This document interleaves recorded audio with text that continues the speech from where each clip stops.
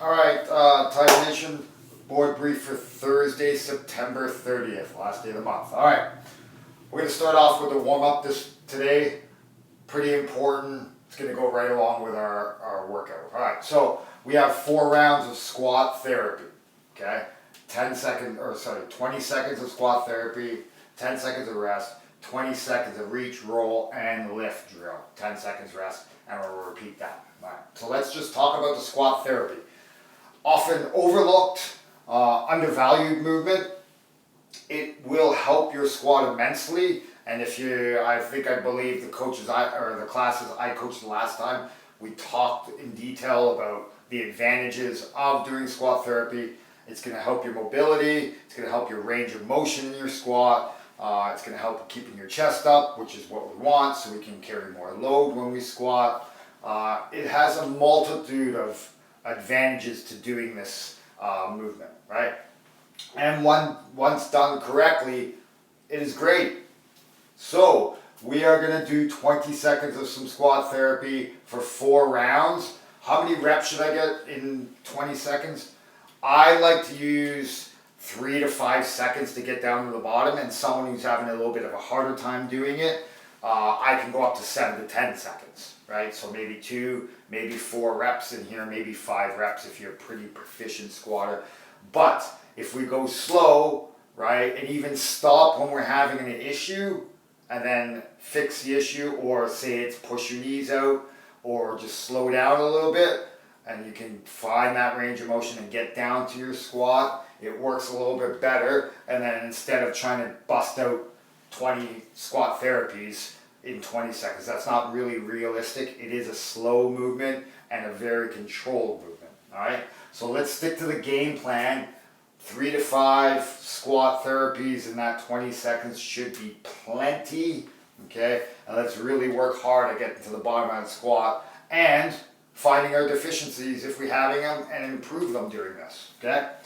After that, we have specific warm-up. We are going to break down the thruster. So front squat, a couple things we want to talk about in the front squat. If we can keep a full grip on the bar and have a great front rack position, do it, right?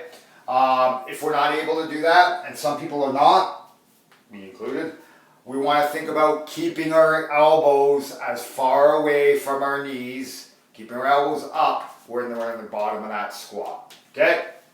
Next thing, we want to think about push press. Right? We squat, front squat first, then we do a push press. We marry together. That is the thruster. On the push press, we want to think of powerful hip drive on the way out, up, and a good strong lockout. And remember, we're looking for core to extremity, hip extension, powerful hips. Squeeze your butt before you press that bar off our shoulders. Okay?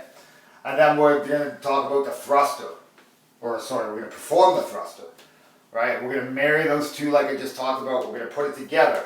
We want the bar to be in contact with our shoulders throughout the squat until we stand up. And a couple things we might want to think about is squat, stand, squeeze, press.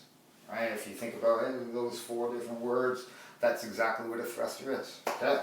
So we're going to have some time for coach-led reps, and then refining the movement on your own as the coaches come around and help you get moving a little bit better if need be. All right? Loading phase. We're talking about getting to our workout now, which is 12 sets for load, RX and L2. So we're going to give a chance here to load up our barbell. So we're going to do 5 sets. First set, we're going to do 3 reps. Okay? Next set, we're going to do 3 reps. If you were successful, put a little bit more weight on. Successful, put a little bit more weight on. Then we got a double. It was good, put some more weight on. Good, put some little more weight on. And then finally, we have 1 single thruster. And then the next rep should be your opening weight for your starting 12 sets. Okay? So notice how many repetitions we're getting in here. A lot. And then notice how many repetitions are in the workout. A lot, right? So when we're moving up in weight, you probably want to move up in small increments. I know where I am in my thrusters, so I know, okay, I need to go from this point A to point B. I need to make 12 jumps. Here's what I'm going to do. Bang, bang, bang, bang, bang, right? Some of us who don't have those numbers just yet floating around in your head, you might want to think about taking small increments. It's not necessary to throw 10s or 25s on your bar, on the end of your bar each time you do a repetition, right? You're gonna run out of, we're gonna run out of weights awful soon if everybody does that. So think about small increments, making the movement nice and smooth and as close to perfection as we can get every single time. Okay. Workout now. 12 set or whole shot. 12 sets of thrusters for load. L1 is 12 sets of 3. So every time you pick up the bar on L1, if you're doing it, going to give you a chance to get 3 repetitions each time, which means we have to be even more mindful of how many reps or weight we're adding because we're trying to perform 3 reps at a time. Those of us who know that rep scheme, 12 sets, you know where you want to be, you know where you want to start, you know where you want to end up, right?